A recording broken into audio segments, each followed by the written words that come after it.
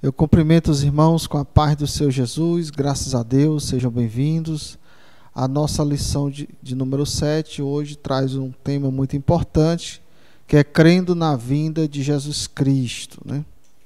Aqui na meditação eu trouxe para os irmãos um texto baseado em João capítulo de número 14, versículo de número 2 e versículo de número 3, onde ele traz aqui a promessa da vinda de Jesus. O próprio Jesus, ele vai externar essa promessa, né? A meditação diz assim: na casa de meu pai há muitas moradas. Se não fosse assim, eu vos teria dito, vou preparar-vos lugar, e quando eu for e vos preparar lugar, virei outra vez e vos levarei para mim mesmo, para que onde eu estiver, estejai vós também. Então, aqui está externado aí a promessa que Jesus fez aos seus discípulos de um dia voltar, um dia ele retornar. Baseado nessa promessa, passou a também existir várias especulações a respeito dessa vinda de Jesus. Como é que ela vai ser, em que momento da história da humanidade ele vai vir, quais são os sinais da sua vinda. Então, tudo isso a gente vai tentar aqui trazer para os irmãos. Nós temos uma pequena introdução, né?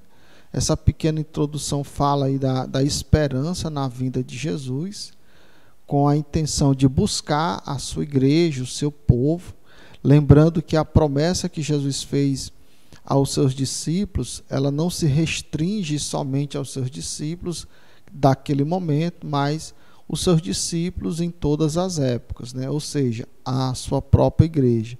Qual o objetivo da vinda de Cristo? O seu objetivo é vir buscar a igreja, né? Só que já se passou-se mais de 20 séculos, aproximadamente 2000 anos, né? E muitas pessoas têm desacreditado que um dia Jesus vai voltar. Então, essa esperança na vinda de Jesus, com o passar do tempo, ela tem diminuído em algumas comunidades que se dizem cristãs, né? Então, a ausência de ensinos e mensagens sobre esse evento sobrenatural mostra o desinteresse também, né, por parte de pastores e pregadores sobre o assunto. Então, hoje uns temas de mensagem muito divulgado, né? Não só hoje, mas há algumas dezenas de anos, o tema teologia da prosperidade. Então, o foco dessa teologia não é falar que Jesus vai voltar um dia, ou a salvação, mas sempre a ideia de vitória financeira. Então, esse tipo de mensagem sobre a vinda de Jesus, nesse mundo aí neopentecostal, ela começa a sumir, né? Por quê? Porque não há um interesse de transmitir a mensagem que Jesus vai voltar, porque o interesse maior é a questão da lucratividade, né? É a vitória financeira da membresia. Então, a promessa aí da vinda de Jesus, ela, como já vimos, ela foi feita pelo próprio Jesus, e essa promessa é testificada, é testemunhada, né, pelos escritos apostólicos. Então, nas cartas apostólicas, principalmente de Paulo, nós iremos ver ele ratificando essa promessa, né? 2000 anos já se passaram e Jesus ainda não voltou. Isso tem feito com que muitos tenham perdido a esperança aí no retorno de Jesus, né? A gente também vai comentar um pouco mais na frente a respeito de algumas pessoas que já ensinam, que já pregam que Jesus realmente não vai voltar. Mas na carta do apóstolo Pedro, a gente encontra aí uma profecia que afirma que nos últimos dias apareceriam aí alguns escarnecedores, né, questionando a vinda do Senhor, né? Se você ler a primeira carta de Pedro, capítulo 3, o versículo 4, você vai se deparar com essa profecia, né? Na segunda carta de Pedro, capítulo 3, e o versículo 3 e 4, né, a gente justamente vai ver esse texto que naquela época já foi usado pelo apóstolo Pedro para identificar essas pessoas. que diz assim: sabendo primeiro isto, que nos últimos dias virão escarnecedores, andando segundo as suas próprias concupiscências, ou seja, andando segundo os seus próprios desejos carnais, e dizendo: onde está a promessa da sua vinda? Então Pedro profetizou isso há 2000 anos. Nós já vivemos os últimos dias há dezenas e dezenas e dezenas de anos, e já surgiu aí, nos nossos dias atuais, pessoas que já questionam a promessa da vinda de Jesus, né? Que são pessoas que não têm interesse na vinda de Jesus. Por quê? Porque o interesse dessas pessoas é um interesse materialista. Então não é importante Jesus voltar para eles.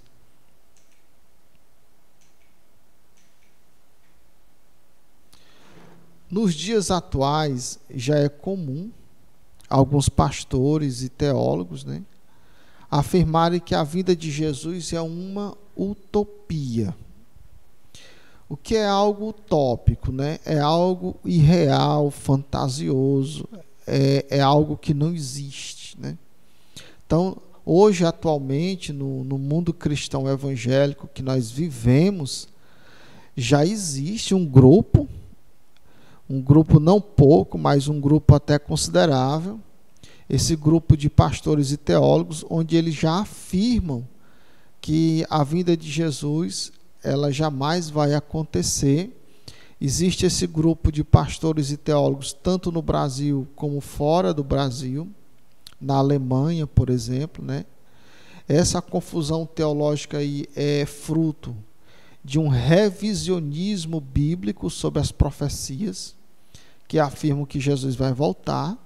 Ou seja, passou-se 2000 anos, Jesus não voltou, então essas pessoas começam a revisionar os textos que falam sobre a vida de Jesus e começam a questionar se essa vinda de Jesus é uma vinda realmente literal para buscar o seu povo, ou era apenas uma questão simbólica, ou Jesus estava querendo apenas manter a fé do povo, né? Então eles começam a tirar certas conclusões desses textos, né? Mas essas conclusões, elas não provêm do Espírito Santo, vêm do seu próprio coração. Então, personalidades eclesiásticas, consideradas aí o ícone do mundo evangélico, pessoas famosas até, né? Em seu discurso afirma o seguinte: Jesus nunca voltará.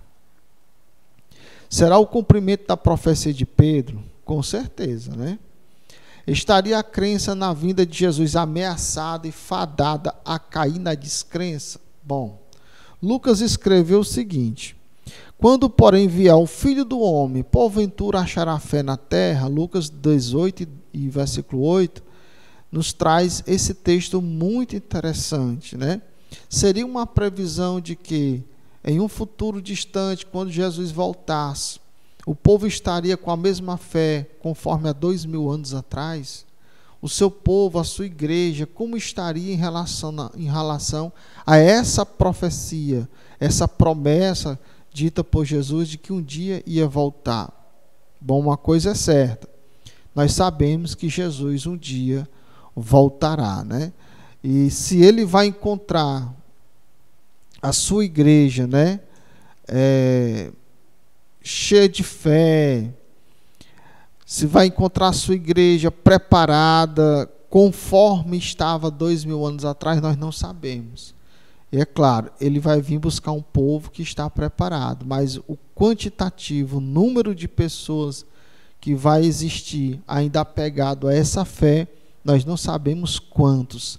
Se vai ser a maioria, se vai ser a minoria, ou se vai ser 50% desse povo, nós não sabemos. Por quê? O número de pessoas, de teólogos e pastores que estão revisionando o evangelho tem crescido no mundo inteiro, né? Isso é um tipo de apostasia, é um desvio, né, teológico, é um desvio doutrinário, né? Mas o que é importante é que Jesus vai voltar. Promessas da vinda de Jesus é um outro assunto nosso.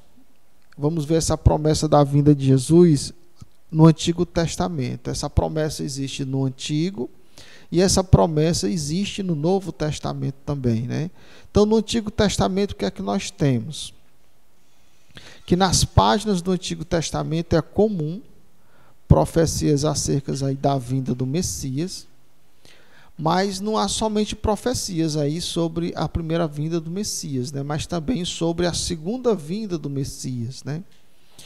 Então, há pelo menos 2 versículos relacionados à segunda vinda de Jesus no Antigo Testamento, né? Então, vamos ver um aí que se encontra em Isaías, capítulo de número 11, e o versículo de número 4, que diz assim: e ferirá a terra com a vara de sua boca, e com o sopro dos seus lábios matará o ímpio. Então, o profeta Isaías, aproximadamente aí 600 anos antes de Cristo nascer, escreveu essa profecia, mas não é aquela profecia do nascimento do Messias, o Messias como um ser humano vindo ao mundo, não.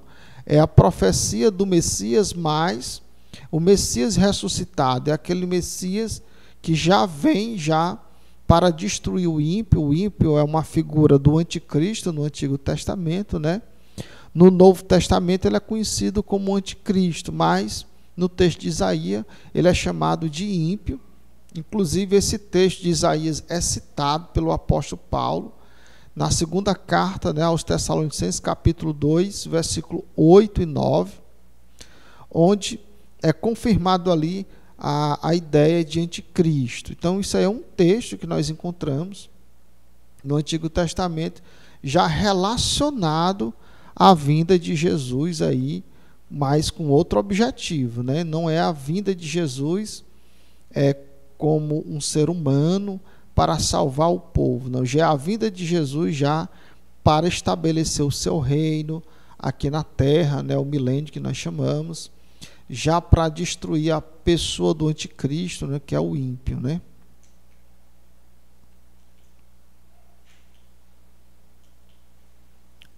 Nós temos um outro texto aí, que é o texto de Zacarias, né? Zacarias, capítulo de número 14, versículo de número 3 e o versículo de número 4, que diz assim: e o Senhor sairá e pelejará contra estas nações, como pelejou, sim, no dia da batalha. E naquele dia estarão seus pés sobre o monte das oliveiras, que está de frente ou de fronte, né, a mesma coisa, de Jerusalém aí para o oriente.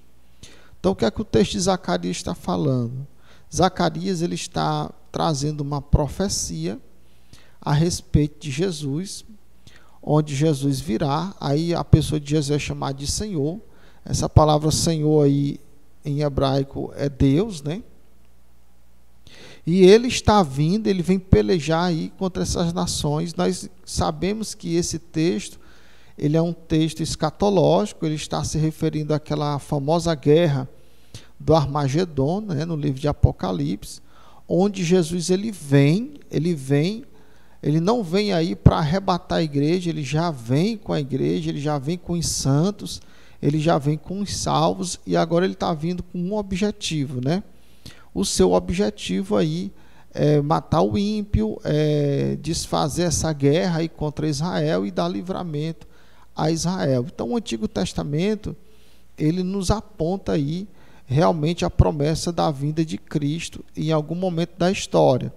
Nós vamos compreender através do Novo Testamento que esse momento da história aí que Isaías fala e Zacarias está falando é o fim do governo do anticristo, né?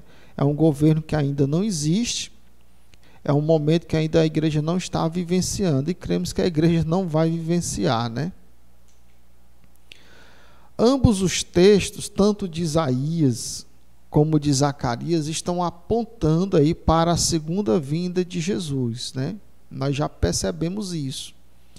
Mas com a igreja, não é a vinda de Jesus para arrebatar a igreja, mas é a vinda de Jesus já com a igreja. Por que a gente sabe disso? Porque o texto de Isaías não é claro em dizer que Jesus está vindo com a igreja.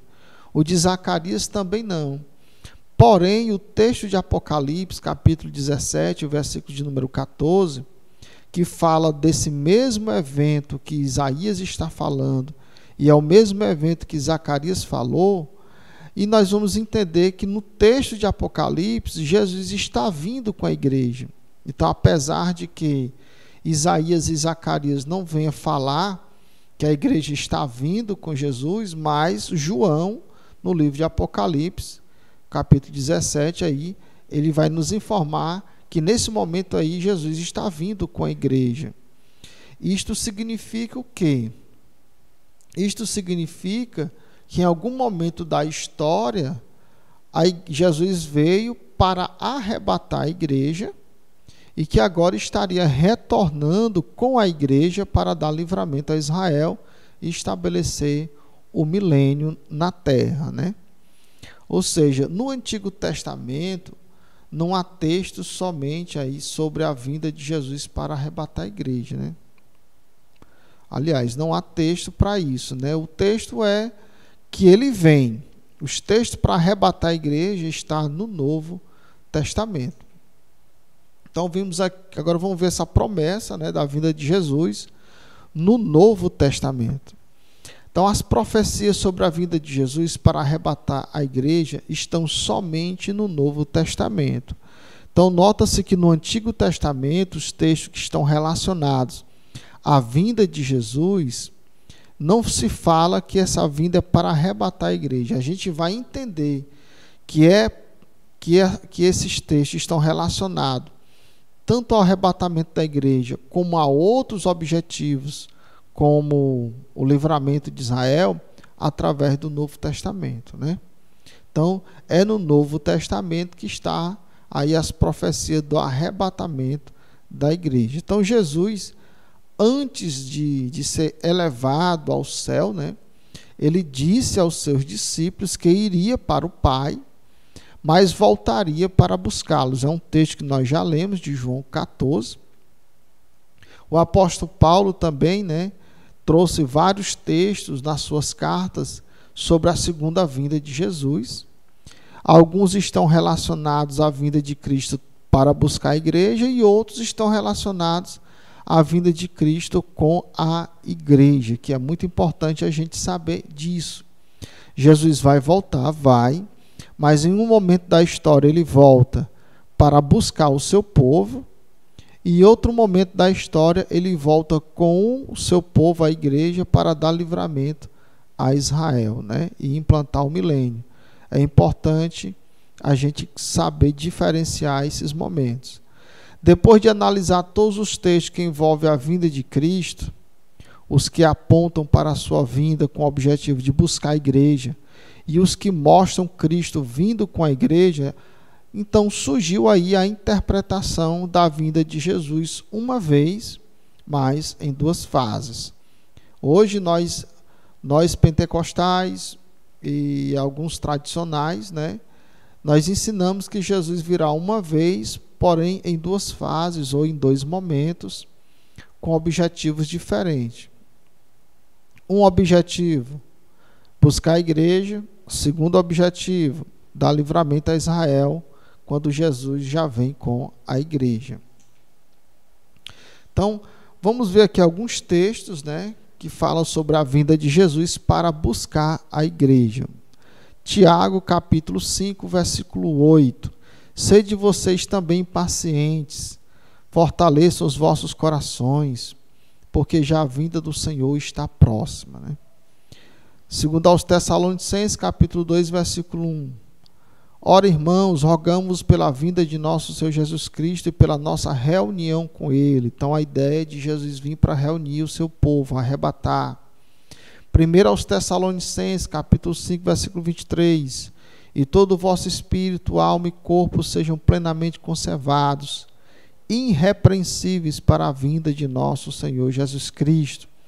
Mais um texto aí que fala da vinda de Jesus para levar o seu povo, arrebatar a sua igreja.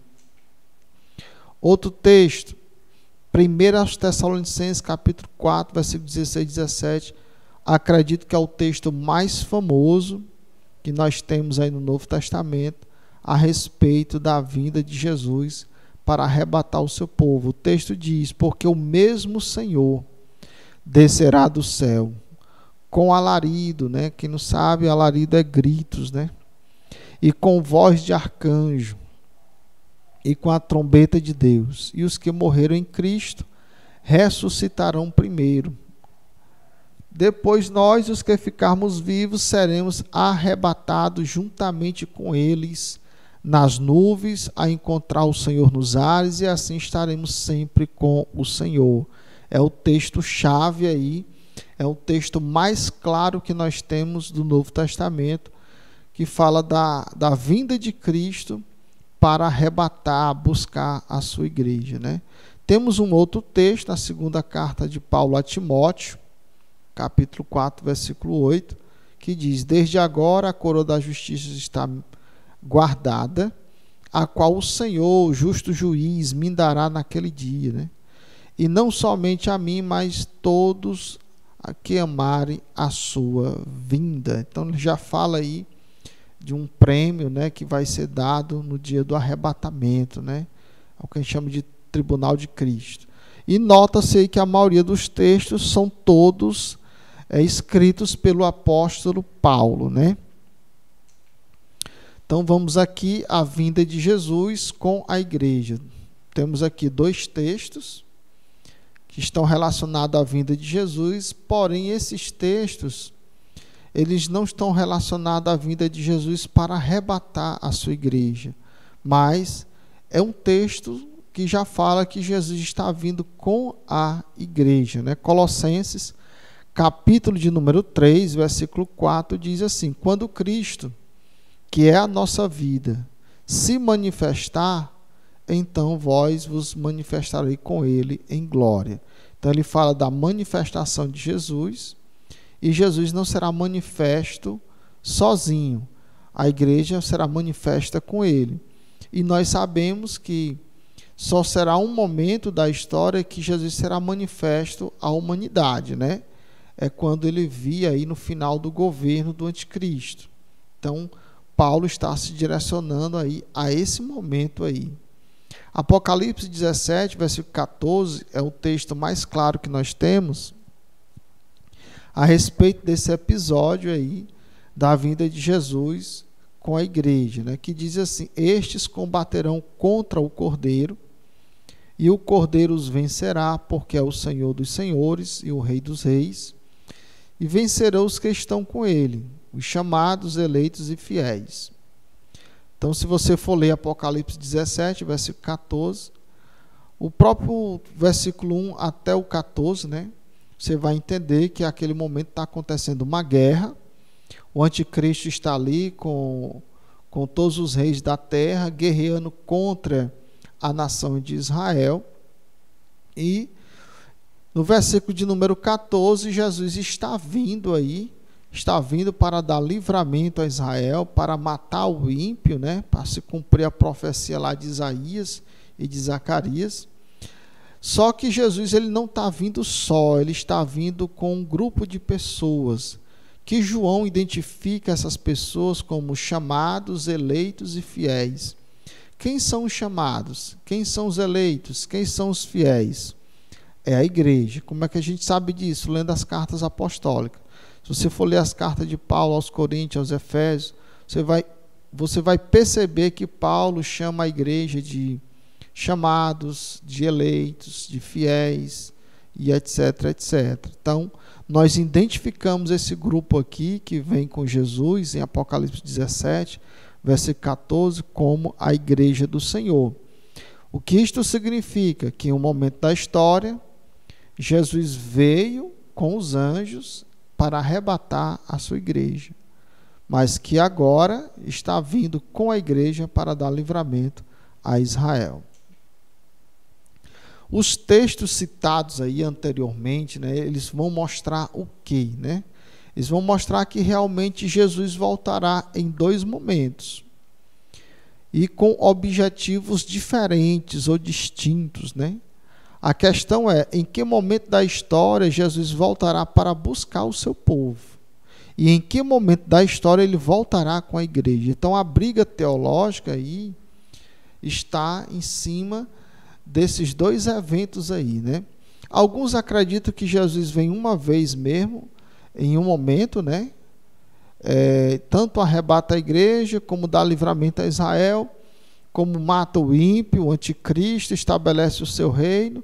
Já tem um outro grupo que acredita que Jesus também vem sozinho com os anjos, arrebata a igreja, dá livramento a Israel, mata o ímpio, né, o anticristo, já faz o juízo final e já estabelece o reino de Deus eterno, né? Então existe aí uma briga muito grande a respeito desse assunto aí.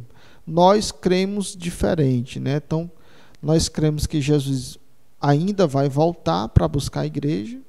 Depois, no final do governo do anticristo, ele volta com a igreja. Ele vai ali destruir o ímpio, o anticristo, estabelece ainda um governo de 1000 anos, e ele, depois desses 1000 anos, ainda haverá um desvio da humanidade, porque o diabo será solto, né? No começo do milênio ele é preso, mas depois, no final do milênio, ele é solto, vai desencaminhar as nações, não sabemos por quanto tempo. O mundo precisará ser reevangelizado novamente e depois virá o juízo final, né? Então, nós, assembleanos, pentecostais de um modo geral, e algumas denominações tradicionais, creem dessa forma, né? Então, antes de Jesus voltar para junto do Pai, ele informou os seus discípulos.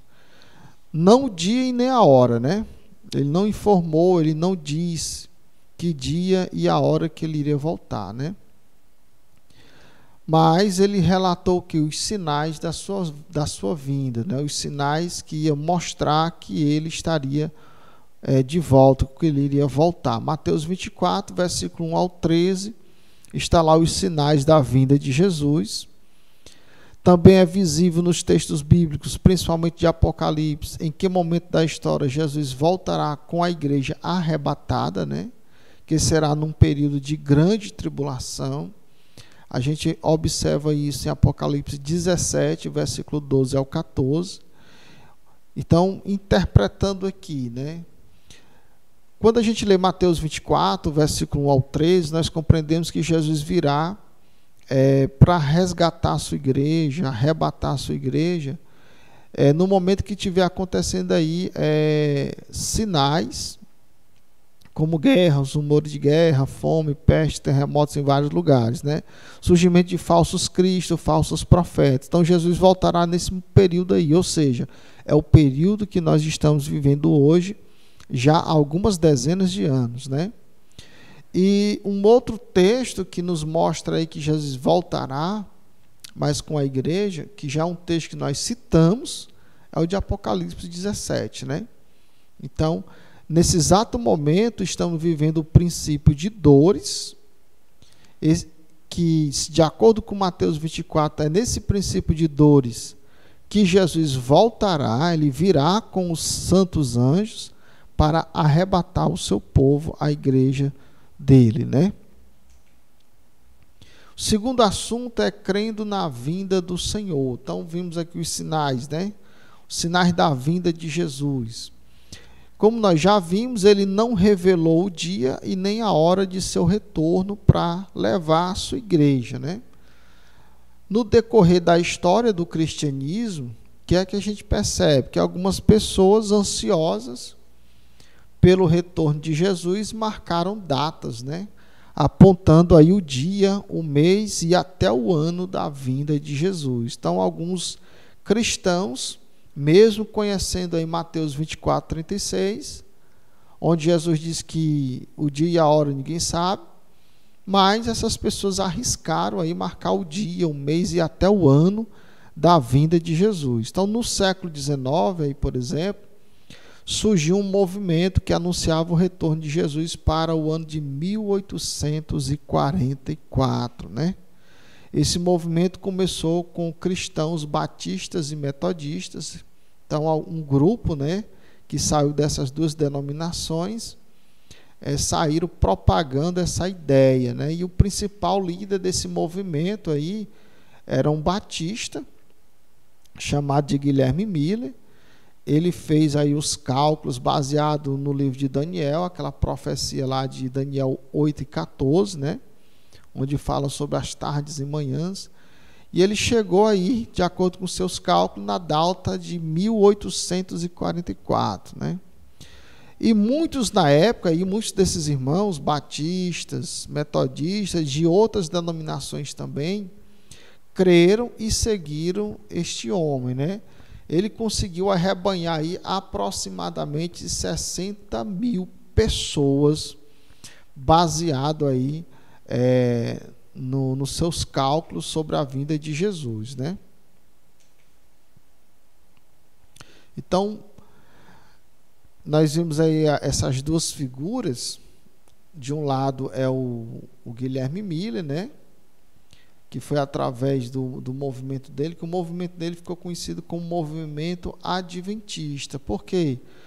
Adventista vem de advento, advento significa vinda, né? Como ele pregava aí a vinda de Jesus para 1844, então o nome do seu movimento foi conhecido como movimento adventista.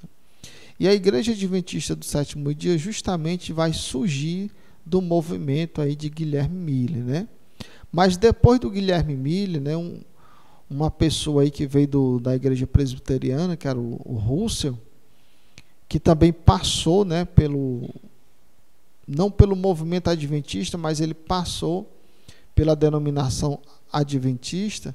Ele também marcou uma data, né, para 1914 como o retorno de Jesus. Porém, essa data não se cumpriu, essa profecia não se cumpriu, assim como a profecia de Guilherme Miller também não se cumpriu, né? Então, os sinais da vinda de Cristo foram ditos pelo próprio Jesus, não foi pelos apóstolos, né?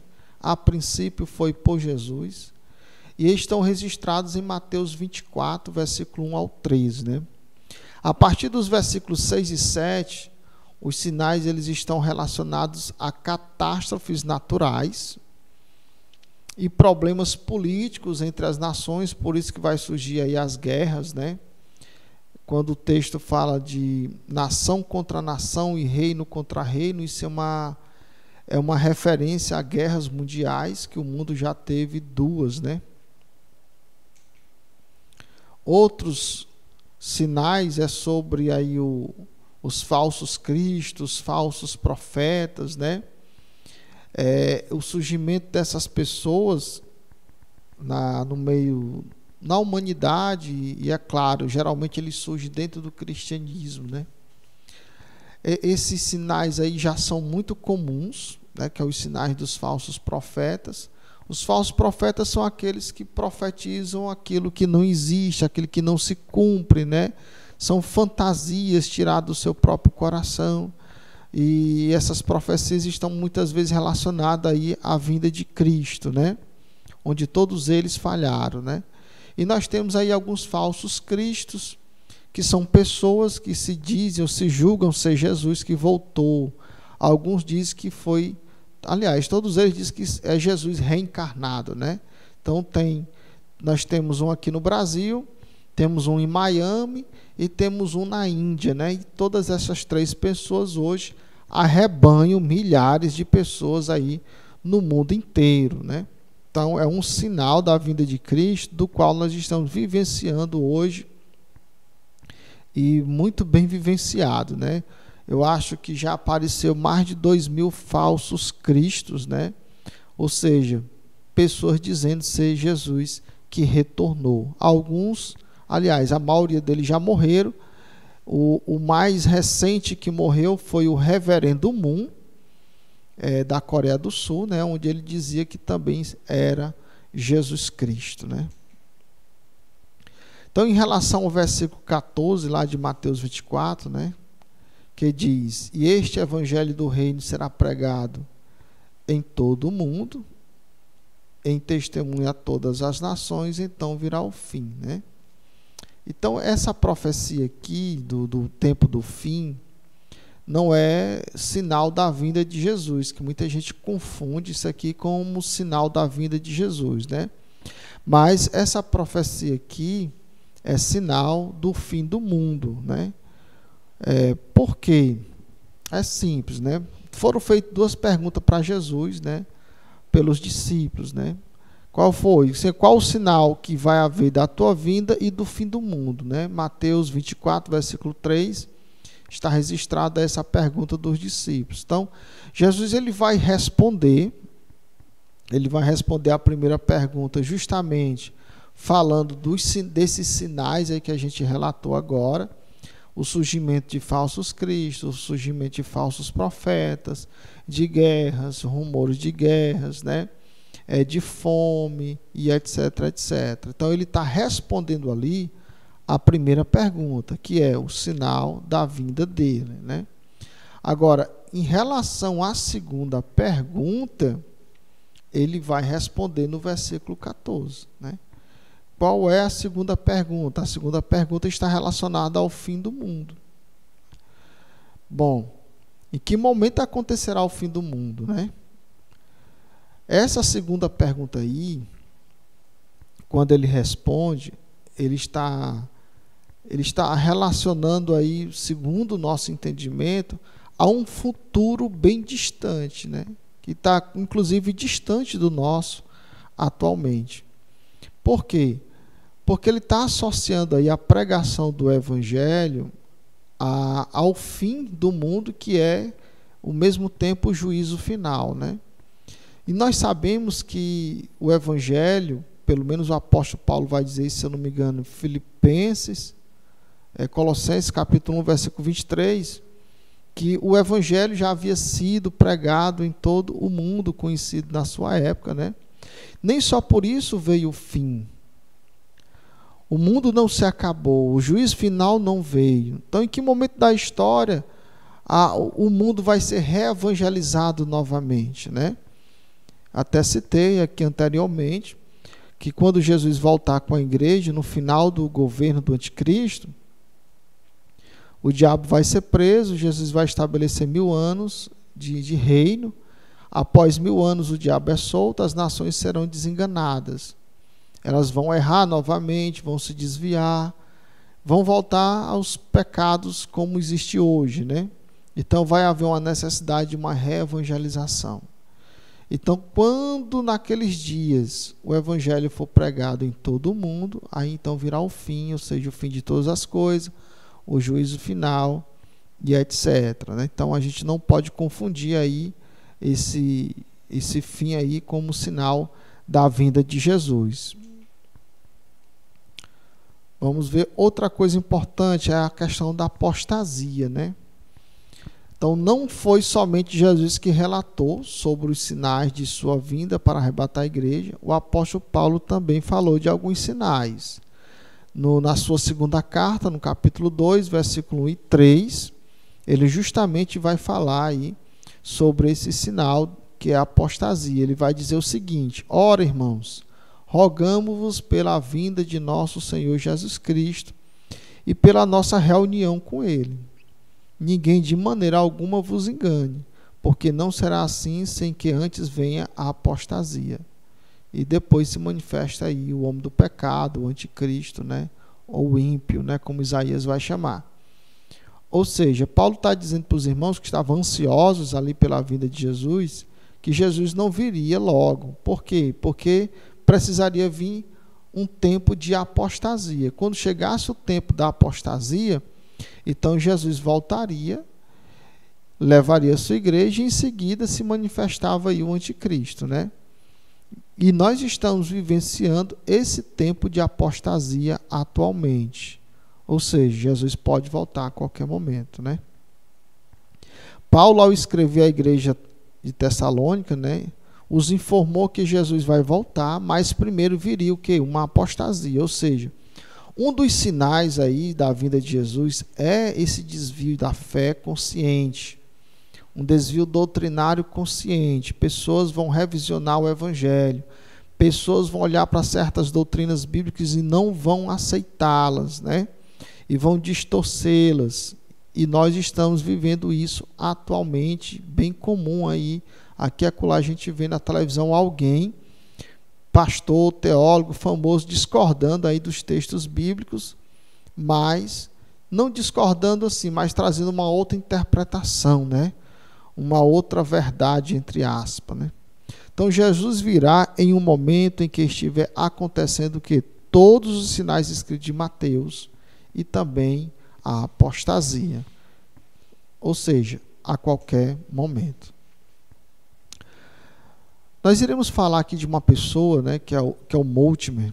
O Mortimer é um teólogo, né, é famoso no meio acadêmico, principalmente, né, e ele escreveu um livro chamado Teologia da Esperança, onde ele fala aí sobre a vinda de Jesus, mas ele não fala da vinda de Jesus como nós falamos.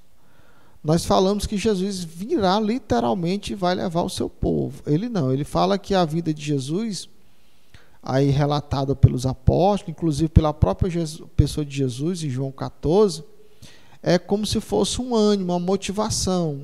Por quê que ele diz isso?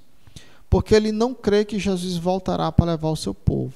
Essas palavras estão lá apenas para motivar o povo ou para aguçar a fé dos cristãos, né? Um certo pastor aqui do Brasil, que eu trouxe aqui as iniciais dele, RG, né? Ele concorda, né, em número e grau com esse cara aí, com esse teólogo, né? Inclusive ele diz assim: a volta de Cristo está revelada nas Escrituras, não para a gente esperar por ele. Então, esse pastor, ele diz isso. Por quê? Porque ele acredita na vinda de Cristo, não literalmente, mas é uma promessa que está na Escritura apenas para motivar a fé dos irmãos, para os irmãos não perderem a fé, mas que a vinda de Cristo é uma utopia, que isso nunca vai acontecer. É o que esse pastor aí, hoje em concordância com o Mortimer, né, prega, né? Já faz algumas dezenas de anos que estamos vivenciando os sinais da vinda de Cristo. E um desses sinais que estão em evidência hoje é justamente a apostasia, né? Já existem pastores e teólogos que afirmam que Jesus não vai voltar, que nós consideramos isso uma apostasia, é um desvio consciente e doutrinário, né, de doutrinas fundamentais aí da Escritura Sagrada, né? O cara simplesmente discorda do texto, talvez por outros motivos pessoais, motivos até carnais, possivelmente, né? E acaba que influenciando uma massa de pessoas que não compreende muito bem o Evangelho.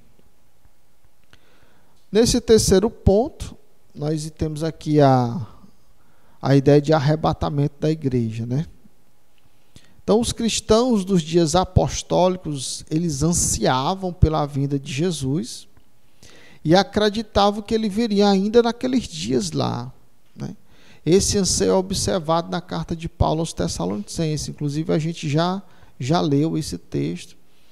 Eu trouxe esse texto só para demonstrar como os irmãos naquela época já almejavam a vinda de Cristo e acreditavam que Jesus viria naqueles dias. Porém, Paulo, ele é claro em dizer que Jesus ele ia voltar, mas não naquele momento, porque aquele momento não era um momento de apostasia. Jesus iria voltar num momento de apostasia, para depois se manifestar aí o anticristo, né?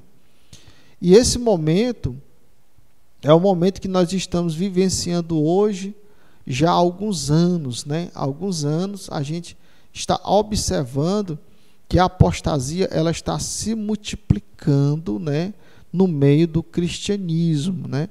A gente vê isso através de algumas denominações que traz outras bandeiras do evangelho, não é mais aquele evangelho ortodoxo, mas é um evangelho revisionado. Essas revisões são feitas de acordo com as intenções do indivíduo, ou seja, é o evangelho se adequando ao comportamento, né, do ser humano, e não o ser humano se adequando ao evangelho. Então a vinda de Jesus ela tem um objetivo, é arrebatar o seu povo, né? Mas como se dará esse acontecimento sobrenatural? Alguns ensinam que o arrebatamento será muito rápido, num piscar de olhos, né? Com certeza o arrebatamento será rápido, mas o que será num piscar de olhos não é a vinda de Jesus, mas é a transformação do corpo de quem for arrebatado. Isso é externado muito bem pelo apóstolo Paulo na primeira carta aos Coríntios, capítulo 15, versículos 51 e 52, onde ele vai dizer que nem todos dormiremos, mas todos seremos transformados, e que isso será no abrir e fechar de olhos, ou seja, em 7 milésimos de um segundo, né? Então, o apóstolo Paulo não está falando aí da rapidez que será o arrebatamento, ele está falando da rapidez que será a transformação do corpo daquele que vai ser arrebatado, né? Outro objetivo de Jesus arrebatar a sua igreja é livrá-la, né, da ira de Deus, aquilo que a gente chama aí de grande tribulação. A gente compreende isso baseado também na primeira carta aos Tessalonicenses, capítulo 1, versículo 10, que diz: e esperar dos céus o seu Filho, a quem ressuscitou dentre os mortos, a saber, Jesus, que nos livra da ira futura. Então, se a ira futura é a grande tribulação, então Paulo está dizendo que nós seremos livrados dessa ira. Como ele vai nos livrar? Bom, baseado nos textos que nós lemos, ele nos livrará arrebatando o seu povo, levando o seu povo, né, para os céus, né? Nós temos aqui também uma expressão muito importante aí relacionada à vinda de Jesus, que é ante a última trombeta. Essa última trombeta, ela é muito confundida com a trombeta de Apocalipse, né?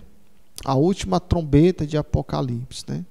Paulo, ao escrever à igreja de Corinto, relatou sobre como se dará o arrebatamento dos cristãos, tanto dos vivos como dos mortos, né? Primeira carta aos Coríntios, capítulo 15, versículos 51 e 52, ele diz: na verdade, nem todos dormiremos, mas todos seremos transformados, no momento, no abrir e fechar de olhos, ante a última trombeta, né? Então, ele relata uma trombeta aqui, porque a trombeta soará e os mortos ressuscitarão incorruptíveis, e nós, né, é uma referência aos que estão vivos, seremos transformados. Então, essa última trombeta aí não pode ser confundida com aquela trombeta lá do Apocalipse, que é a 7ª trombeta. O que Paulo está dizendo é que na vinda do Senhor, algumas trombetas elas vão ser tocadas, né? E uma dessas, que é a última, será tocada para a ressurreição dos mortos em Cristo Jesus, aí conforme o versículo de número 52.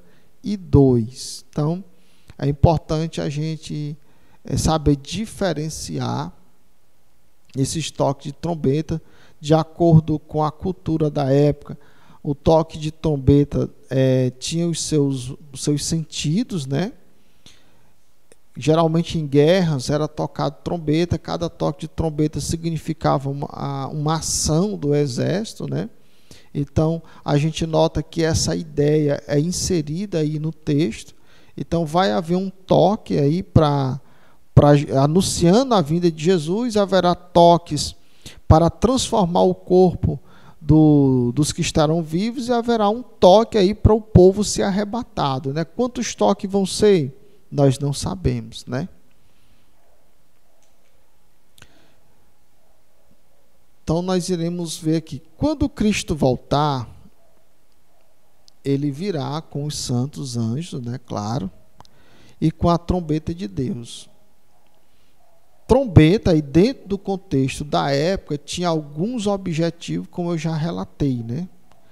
Era também considerado uma espécie de aviso, né? Não se sabe com exatidão quantos toques vão ser dados, né?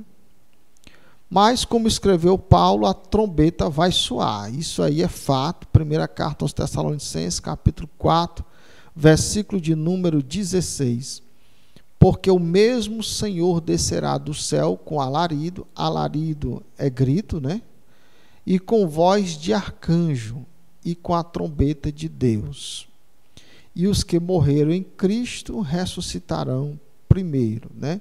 Então, o texto aí não fala de várias trombetas, aparentemente, né? O texto fala de a trombeta no singular, como se fosse apenas uma trombeta, né?